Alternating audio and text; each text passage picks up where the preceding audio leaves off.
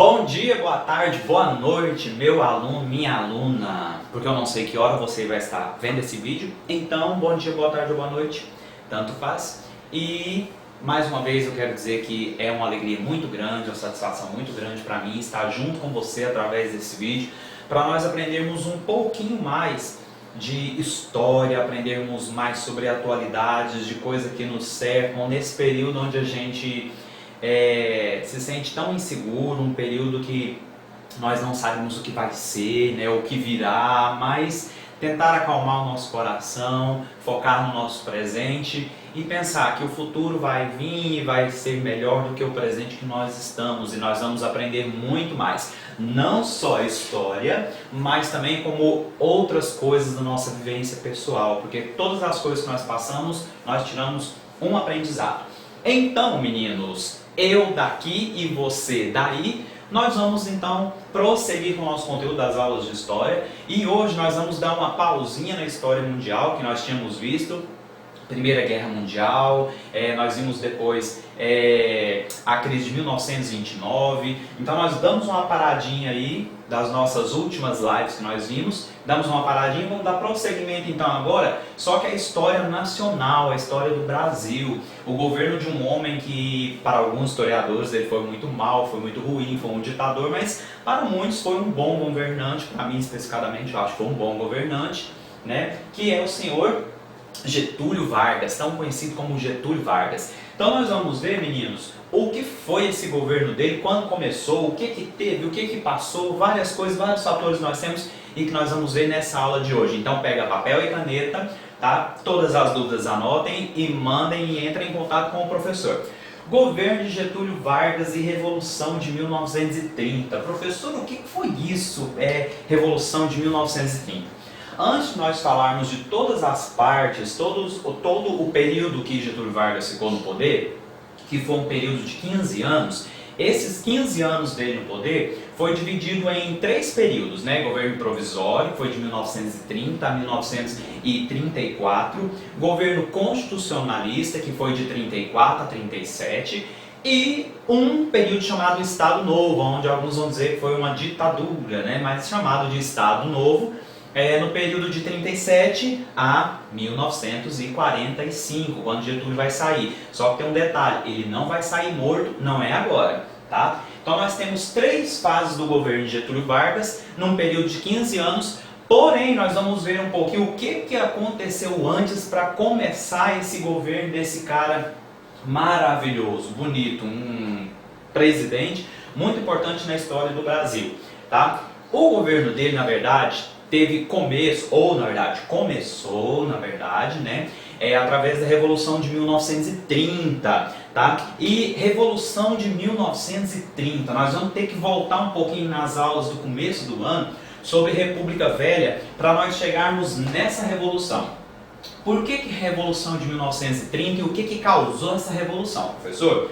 Muito bem, meus queridos, vocês lembram que durante o período republicano, logo depois do período da Espada, da República da Espada, veio o período das oligarquias, né, que nós chamamos também de política do café com leite, que era o que, na verdade? Que era uma alternância, né, de poder entre políticos de São Paulo e políticos de Minas Gerais. Minas Gerais era um grande produtor de leite e São Paulo, como nós sabemos, um grande produtor de café. Então, esses dois estados, essas duas grandes federações, elas se uniam, tá, para manter-se no poder, principalmente em questão presidencial, tá? E o que acontece? Um período, um mandato, os paulistas vão ser indicados para concorrer a um cargo e Minas Gerais vai estar apoiando. Na próxima eleição, Minas Gerais indica um presidente, um candidato a presidente, e São Paulo, é claro, vai apoiar. Então é por isso que ficava sempre nessa alternância de poder. Professor, mas não teve nenhum outro presidente que não foi de São Paulo nem de Minas? Sim, nós tivemos presidentes aí, pernambucanos, rio-grandenses, mas todos eles tinham uma certa ligação com essas oligarquias aqui, com essas grandes alianças, tá? É uma política chamada café com leite, devido ao café de São Paulo e o leite de Minas. Beleza, para nós chegarmos nessa revolução, nós vamos ter que entender um pouquinho como que era a política no Brasil Antes da década de 30, havia dois partidos, meninos, que eles se destacavam muito, que era o Partido Republicano Paulista, ou PRP, e também o Partido Republicano Mineiro. Ou seja, entre esses dois partidos, paulistas e mineiros, havia um acordo, que é aquele que eu falei anteriormente, que um daria suporte ao outro para manter o seu candidato no poder e se beneficiar, certo? Então havia essa união, esse acordo entre paulistas e mineiros, tá? Partido Republicano Paulista e Partido Republicano Mineiro. O que acontece? Chegou a eleição de as eleições de 1930 e, pela lógica, quem deveria indicar um candidato seria um candidato mineiro, porque o Washington Luiz estava na presidência. E o certo, devido à alternância do poder, era ter Minas, né, agora, porque foi a vez de São Paulo. Só que o que aconteceu? São Paulo, o pessoal do Partido Republicano Paulista gostou tanto de ficar no poder, que acabou fazendo, sabe o quê? Deu uma baita rasteira em Minas Gerais. E, na verdade, não lançou candidato de Minas Gerais. Gente, imagina a bagunça que ficou São Paulo brigando com Minas Gerais, porque na verdade é o candidato que eu quero, não, agora tem que ser o paulista de novo, não, mas agora é os mineiros, o que eu vou fazer? Gente, foi uma briga danada, pior que briga de escola, tá? E o que acontece? Esses dois partidos que antes eles eram unidos, sempre se alternavam aí, eles agora vão ser partidos rivais. Então o PRP vai ser sempre então contrário ao PRM, ao Partido Republicano Mineiro. E o que acontece? O maior colégio eleitoral estava em São Paulo. E o que acontece? Minas Gerais, ele teve que ter apoio de outros estados, porque ele sozinho ele não conseguiria eleger algum candidato à presidência. Foi aonde ele conseguiu o apoio do Rio Grande do Sul, das oligarquias do Rio Grande do Sul e das muitas oligarquias da Paraíba. Aí às vezes já teve aluno que perguntou assim, professor, mas não tinha oligarquia nos outros estados do Brasil? Sim, meninos, mas essas oligarquias elas eram muito fortes.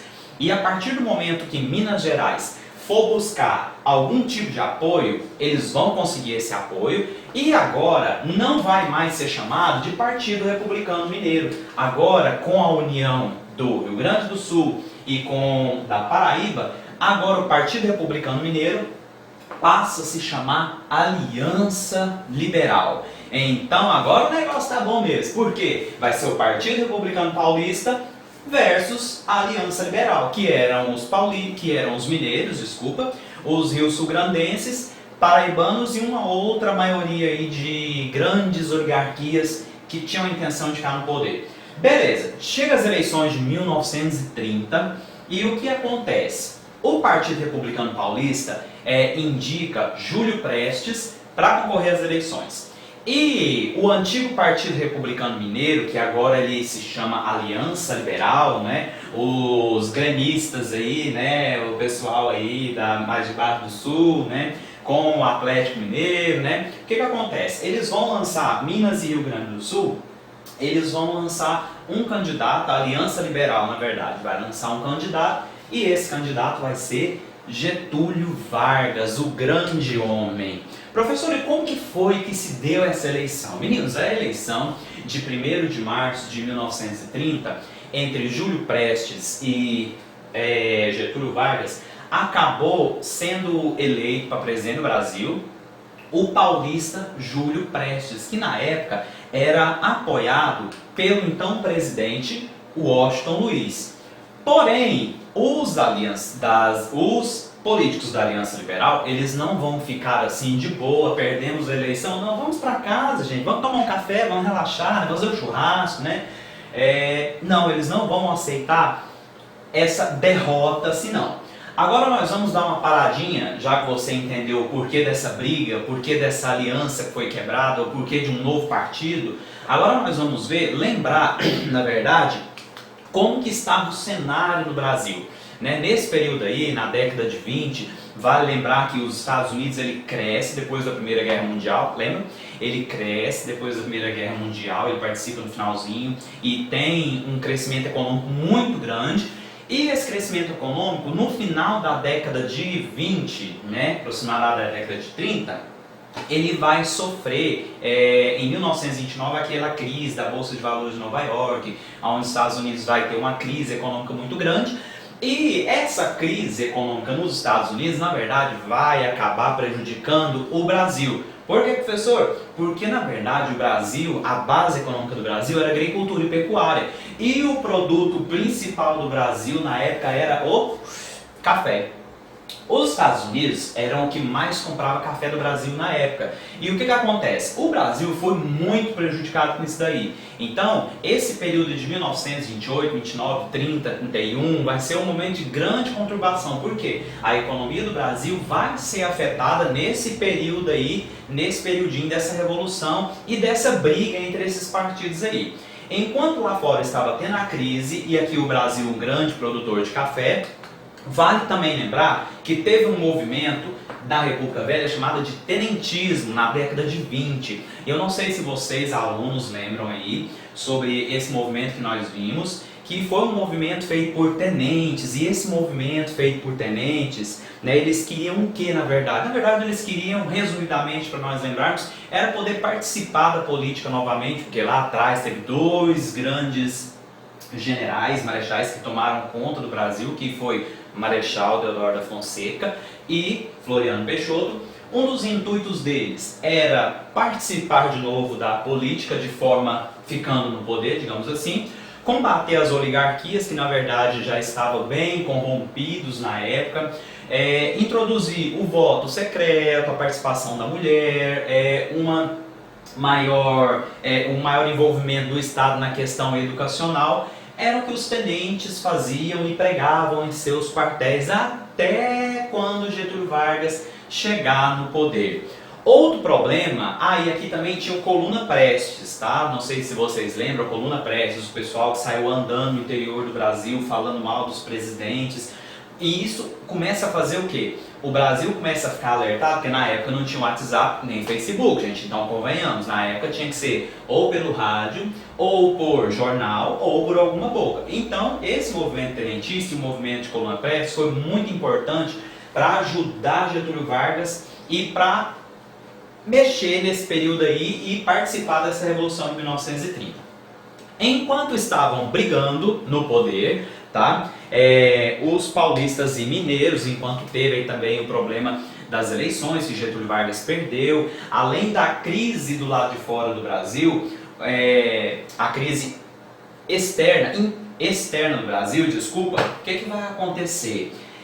Vai surgir dentro do Brasil alguns movimentos operários. Na verdade, quem vai ter que tomar conta desse povão aí, tá? E muitos que eram descendentes de europeus e europeus que começaram a trazer algumas ideias comunistas, Karl Marx, Weber. Então começa a introduzir no Brasil também essas ideias de comunismo, só para vocês verem como que estava o cenário brasileiro, tirando aquele cenário da política que nós fazemos.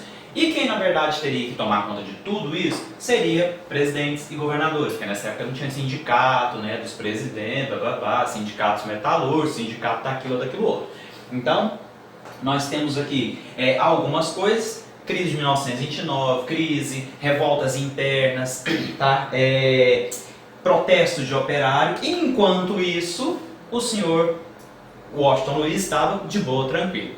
Beleza, lá atrás nós falamos que eles perderam as eleições para o Partido Republicano Paulista, tá? Só que os aliancistas do Partido Aliança Liberal, eles não vão deixar isso barato não, tá, gente?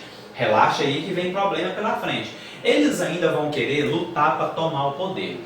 Beleza, disseram que as eleições foram fraudadas, que na verdade houve corrupção e várias coisas e vários motins, mas que na verdade depois foi cada um para o seu canto, mas ainda continua naquela história. Não, as eleições foram fraudadas e tal. E o que acontece? Ficou aquele clima de insatisfação, porque na verdade os tenentes também participaram desse período aí, dando um certo apoio, né? E muitos deles eram da Aliança Liberal. O que acontece então nesse período aí, onde Júlio Prestes foi eleito, mas que na verdade eles queriam era Getúlio Vargas? O senhorzinho chamado João Pessoa foi o vice de Getúlio Vargas nessa eleição. E o que acontece? Ele era da Paraíba e um problema e um conflito lá, né, na sua terra, ele foi assassinado. Então, a partir do momento que esse camaradinho, esse senhorzinho, João Pessoa, vice de Getúlio Vargas, foi assassinado, na verdade essa bagunça toda, todo esse auê e o motivo da morte, ou quem teria mandado matar João Pessoa, teria caído tudo em quem? Nas costas do presidente da época, Washington Luiz, que apoiou então o presidente eleito Júlio Prestes, mas que ainda não tinha tomado posse. Então o que acontece? O pessoal da Aliança Liberal já estavam insatisfeitos por conta da política e eles pegam agora e depois da morte de João Pessoa, eles vão começar então a fazer o quê? A dizer que a culpa era de quem? De Washington Luiz. O que acontece então nesse tempo aí, professor? Os aliancistas, eles não vão aceitar a ideia de Júlio Prestes ficar no poder, e muito menos da morte do senhor João Pessoa. E eles vão fazer o quê? Eles vão começar a fazer várias reuniões, vários motins, para poder então realmente impedir que Júlio Prestes tome posse, na verdade,